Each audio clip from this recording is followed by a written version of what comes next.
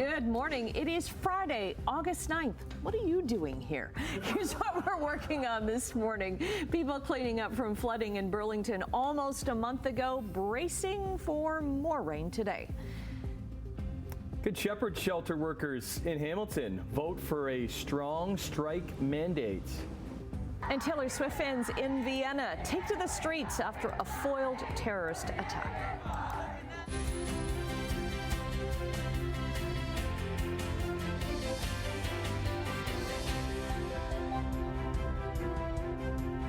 I should say, how delightful to see you again. Yes. And we're watching. I'm workshopping this new gonna work 1 day a week thing. Okay. Yeah. Hey, that's something to work for. I'm gonna try different days. So I went. Why a Friday? I don't know. Though? Yeah. I don't know. Yeah, just kind of lead into the weekend. I'm not exactly sure, but it kind of worked out that way. So you got me for today. All right. So hope you guys have had a good week. Had a wonderful week up in Cottage Country, Brian. Some nice weather up there. Yeah, I saw your vacation pictures. Yeah. Nice. Yeah, you saw my Where You're Watching? Where You're Watching, Good. Not so nice today, though, huh? No, it depends on where you are right now as to what kind of weather you're getting. Farther east you go, yeah, you're getting some rain, and that rain could be heavy throughout the day today, and we could get some heavy rain here. We've had some light precipitation so far. You'll see that a little bit on the roads when we have a look at our cameras. But what we are anticipating for the day today, and there is a special weather statement for all around the horseshoe, talking about the precipitation today. Showers, rain, possible thunderstorms. We could get 15 to 25, maybe as high as 30 millimeters of precipitation today. And the farther east you go, the more precipitation is likely, because that's where the storm center is, going up the east coast right now. So temperature is warm, 21 with a humidex of 30 already this morning, climbing to about 24 for the day today with a humidex of 33. We'll see a little bit of sunshine later. There's some good news, and good news for tomorrow as well. We'll talk about that coming up. Looking at the 403 Waterdown Road, we had word of a disabled vehicle back at Waterdown Road. Haven't heard that it's cleared yet, so that could be a little bit slow, but doing okay right there. MTO traffic cameras. Now I want to show you just a few cameras. Here's the QEW Centennial Parkway. You see a little bit of a sheen on the highway there. It's been a little bit of light precipitation. Flip ahead to the top of the Burlington Skyway Bridge. No real rain right now, but it is a little bit wet. But I do want to show you this camera. This is the QEW at Cawthra. Pouring rain through here. The closer you get to Toronto, the more rain you're getting, and that's going to continue its way toward eastern Ontario as well. So we'll talk about weather. We'll look at traffic as usual for this Friday coming up. Right now, the news.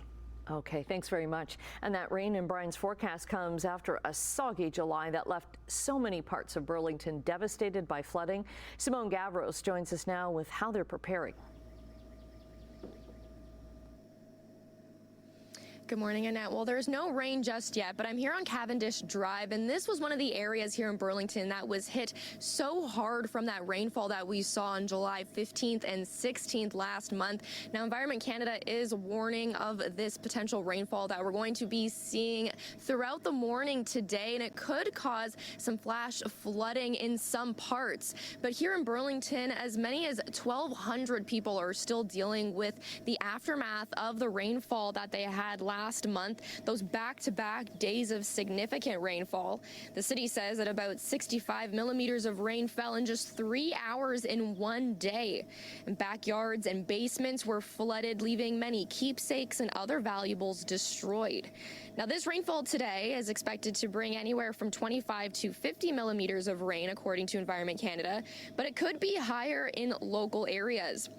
Burlington recently approved a new flood relief grant program that will cover the cost of building permit fees for homes that were damaged by the storm last month, as many people are still working to recover.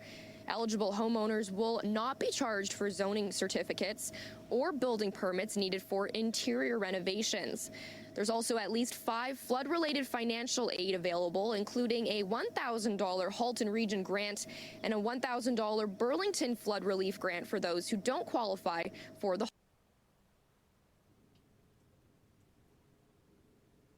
area to see more about how they're recovering after the flood that happened last month, and for more on what they might be expecting throughout the day, as we are expecting more rainfall to happen here this morning. But for now, something's back over to you, Tim. Okay, thanks, Simone. Because Eastern Canada is bracing for heavy rain today, as this kind of same low pressure system combined with remnants of Tropical Storm Debbie over the Great Lakes. So this could bring over 100 millimeters of rain to Eastern Ontario and then into Quebec. Toronto going to be seeing about 30 millimeters this morning, localized, maybe even more. Ottawa might get double that by tonight. Environment Canada has issued warnings for Cornwall to Quebec City due to the risk of flash flooding. By tonight, though, New Brunswick could also receive up to 40 millimeters of the wet stuff.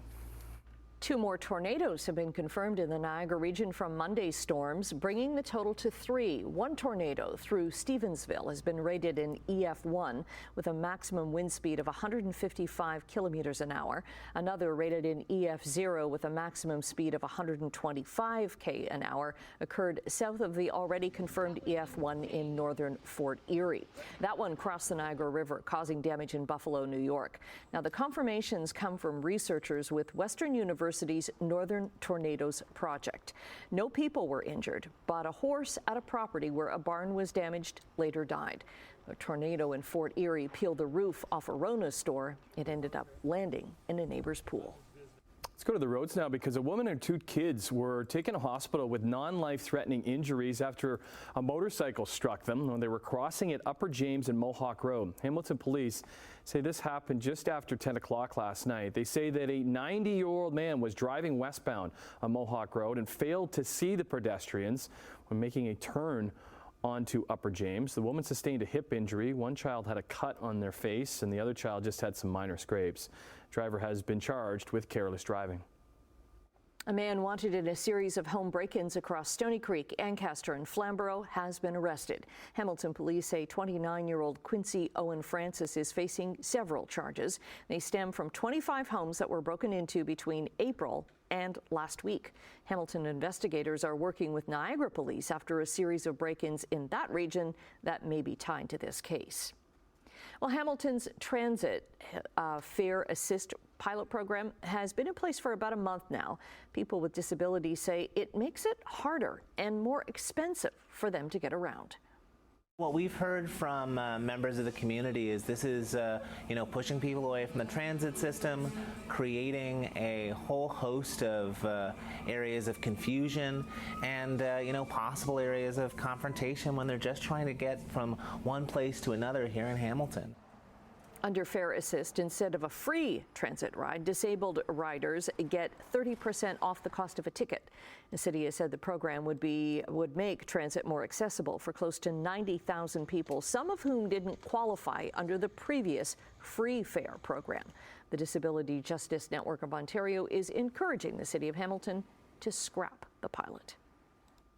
Shelter workers at the Good Shepherd in Hamilton could go on strike next month if the organization and the union aren't able to reach a deal. Demand on the employees of Good Shepherd is constant. We have there's a shortage of staff, so people are always finding themselves in positions where they have to stay and work overtime. We have this, as you know, in Hamilton at this time, there's a need for critical support systems. We have increased homelessness, abuse, people in the community who just need help. And the Good Shepherd workers are those people who change those lives every day for the better. And they're in demand and grossly underpaid.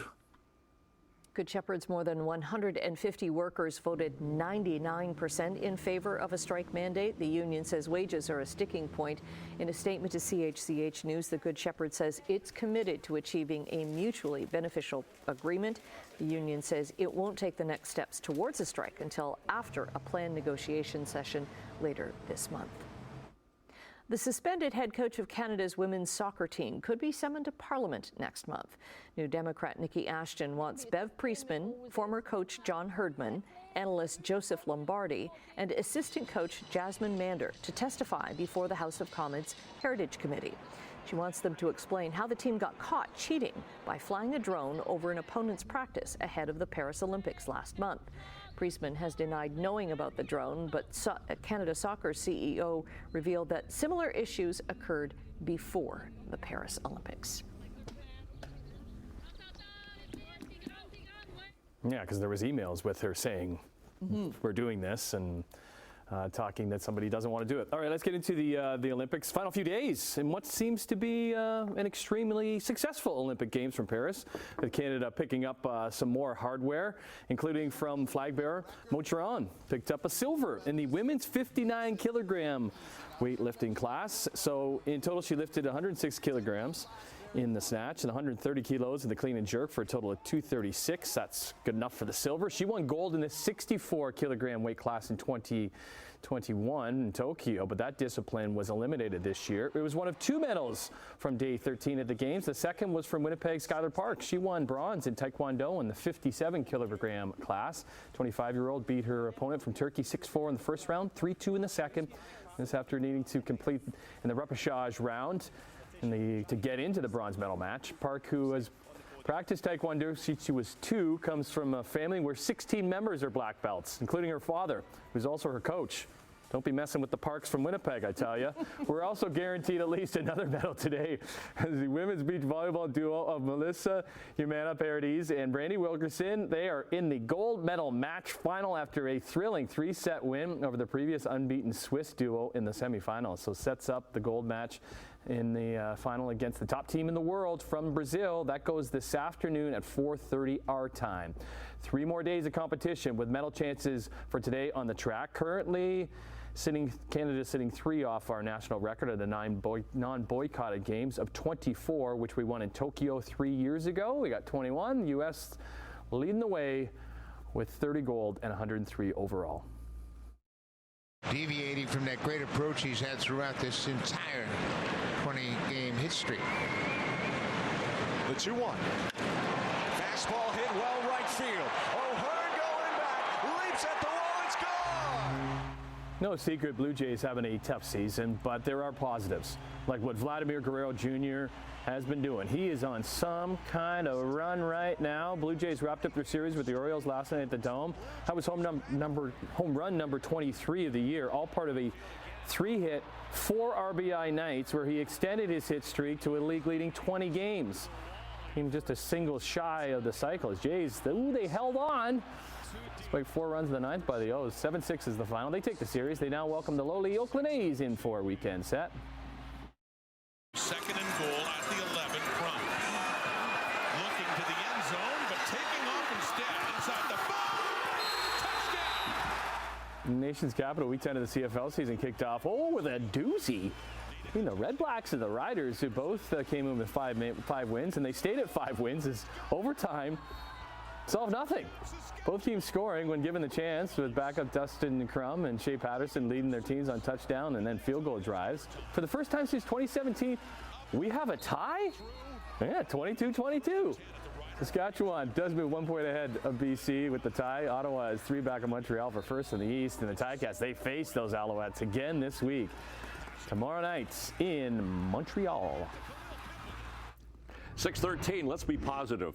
It's Friday. We made it. Yay. And we've got a great day tomorrow. Today, and we'll talk about that in a sec. First of all, traffic, 403 Waterdown Road. Still word of a disabled vehicle right around Waterdown Road, which is a little farther back on our screen there. But otherwise here, it's no problems really generally around the Horseshoe Link, Red Hill Valley Parkway in Hamilton, doing fine. We'll check the Horseshoe and see what's going on our MTO traffic cameras. A little wetness here, but only just a little at 7th and St. Catharines. Centennial Parkway looks good. Now we're seeing showers pushing into the Hamilton area. Here's a look at Fairview. Roads are getting fairly wet there. Rain at east of Royal Windsor Drive. And it continues to pour here at the QEW in Cawthron. But we have no collisions at the moment, not a lot of many slowdowns right now. Look at our temperature right now. It is a warm start to the morning. Temperature right now is 21. Humidity is 100%, so that makes it feel like 30 outside this morning already. The sun's not even up yet, but we do have that light rain shower activity at the moment. Air quality risk for today, moderate this morning, but then it becomes better later on this afternoon. Here's a look at our satellite radar picture from the past 6 hours. You can see some thunderstorms to the north of us, and we're just getting those showers pushing into the Hamilton area right now and toward the east. Okay, remnants of Debbie, just what they're calling a post-tropical storm now. moving up the east coast, another low pressure system to the north. So it's moving its way up the east coast and giving a fair bit of rain. Now, the situation for today is cloudy skies this morning, and there's that 15 to 30 millimeters. Some areas could get more, could be as much as 50 millimeters, but there's that 24-degree high for the day today. We will see a little bit of clearing a little later on this afternoon as that system moves away from us. And tonight, the skies will be clear, it'll be cooler, more comfortable. Temperatures for the Horseshoe anywhere from 13 to 15. Tomorrow, what a gorgeous day. Temperatures in the mid-20s, 23 to 25 degrees. Lovely sunshine for the day tomorrow, so it looks good. Just keep your eyes on the prize tomorrow, because this morning we do have that rain that has settled in. Light rain, warm at 21 right now. And we'll look long range coming up. Annette, Tim. Okay, let's go over to Emily for a look at what's coming up in Chit Chat today. Hi, good morning, Annette. Now, Tim, you haven't been here, but we've been busy talking about all the residencies that are going to be happening in Las Vegas. We have Rod Stewart, we have Janet Jackson, we have Celine Dion, and we're going to add a country music star to the list today during Chit Chat. Okay. Any interest in heading to Vegas? Can anybody just sign up for one of these residencies? I mean, we could do a morning live residency in Vegas. Show on the road. What's it pay? Yeah, Right. just go downstairs and do the show. That's all right. I'm game. Buffet breakfast. Totally. I think Brian Wood would be in for some muffins, too. Yes. We're also going to be talking about how nothing can bring down Swifties, because concerts were canceled, but they still managed to have a good time. We'll discuss. Okay, we'll see you on the couch in a little bit. Coming up in business news, StatsCan set to release its July job report this morning. 6:18 on your Friday morning, and in overseas trading, the Canadian dollar is up by a couple of basis points, trading at 72.78 cents US. Gold is up 40 cents. Crude oil is down 27 cents to $75.92 US a barrel. Checking midday trading in Europe, markets are up in London, Frankfurt, and Paris. Let's go to Asia, shall we? Markets were up in Tokyo and Hong Kong, but down slightly in Shanghai. North American markets Thursday. Yeah, they're rebounding after up and down week. Man, it's been like a yo-yo for the past couple weeks, hasn't it? So yeah, TSX up 344, Dow Jones up 683, NASDAQ had strong gains as well. So let's see if they can keep the gains going when they wrap up the trading week a little bit later this morning. Well, StatsCan is going to release its July labor force survey later this morning. The unemployment rate has been steadily climbing over the last year as high interest rates send a chill through the Canadian economy. In June, the jobless rate was up to 6.4%. Analysts from RBC expect it to go a little bit higher again last month to 6.5%. The Bank of Canada cut its key interest rate for a second time in a row last month and has signaled it wants to see economic growth to pick up speed again. The head of Canadian Tire says shoppers are cutting back on spending. He doesn't see the trend turning around anytime soon either, because Canadian Tire president and CEO, his name is Greg Hicks, says customers have, quote, tightened their belts considerably because of the high cost of living. He adds they're focused on essentials. In his latest quarter, Canadian Tire reports a profit of nearly $199 million, up from just $99 million the same time last year. However, total comparable sales for all Canadian Tire brands, including Sports Chek, Marks, Pro Hockey Life, and Helly Hansen, they were down 4.6%. A new fight is playing out over the first $100 million annual payment that Google has agreed to give Canadian news outlets.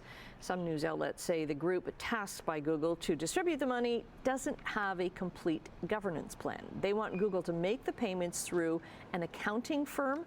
While the permanent plan is worked out, CRTC still has to approve the governance plan, and some news outlets worry that changes to it would delay Google's payment. A little snapshot of what's going on in the business world on this Friday. What's going on in the weather world? Well, there's a fair bit, actually. Brian will get that to you right after this. 6:24, it's becoming a wet Friday morning. Now, looking at traffic, we're looking at the QEW east of Lake. Doesn't look that wet here. Pretty dry conditions and no problems in traffic there. Oh yeah, raining. Top of the Burlington Skyway Bridge now. This rain has really settled in here, but traffic is still moving nicely. No problems at Appleby Line all the way through Sheraton. Wet roads to contend with this morning. And nothing actually here, either traffic or precipitation at the 403-407 split coming up through Mississauga. Okay, let's check our temperatures at the moment. Temperature right now, 21 degrees for Hamilton, for Grimsby. Wait a minute. Hey. Tap the clock. I think our clock stopped there. Maybe a battery. Gotta be. 22 Mississauga, 22 into Toronto at the moment. Now the rain is settling in. And we're going to see that rain this morning, chance of thunderstorms, but a little bit of sunshine for later on this afternoon. It'll start to clear. Those are our sun times and our seasonal temperatures and our records for today. Now let's talk about what is now being called post-tropical storm Debbie.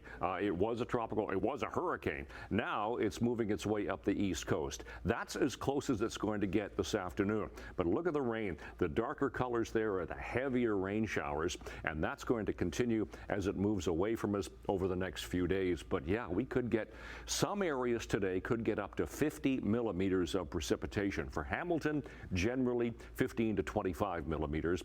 That shower thunderstorm activity into the afternoon hours, but later on, we're going to start to see some clearing. Clear skies overnight, 13. Tomorrow, gorgeous day, 23. Humidex, 25. Sunshine. There's that chance. It's only a slim chance of a shower on Sunday as the temperature sits at 21. And then look at this week to come, Monday through Thursday, 25 and 26 in the sunshine. That's your forecast. Annette, Tim. Okay, thanks very much. Well, California's state animal might be the grizzly bear, but another bear's has had its big moment to shine. Okay. Let's go to Brian Fantana, live on the scene with a Channel 4 News exclusive. Brian? Panda Watch. The mood is tense. I have been on some serious reports, but nothing quite like this. Oh, Panda Watch. Goodness, Anchorman, good stuff. People are getting their first public view of two giant pandas in California. The pandas, they're named Yoon, Chuan, and Sing Bao, made their public debut yesterday at the San Diego Zoo. The pair, they arrived from China earlier this summer, just kind of hanging out and eating bamboo, because that's all they do. They were sent to the U.S. as a sign of friendship and are the first giant pandas to enter the country in 2 decades. They don't just eat panda, they also roll around and they make us laugh. Yes, and they make it to a lot of feel-good times. They do. I think it was kind of feel-good time was kind of created around the panda, and then it became too much. There was too much Team Panda. So we've scaled back the panda. We couldn't bear anymore. Gotcha. Yeah. All right. Yeah. I'm just back from vacation. Did you miss me? Yeah, I didn't. I was back from vacation, so my pun game is a little off. Thanks for holding up the slack there. Okay. Good stuff. Right. Anything else? Not from Brian. Okay. Nope. That's it. Yep.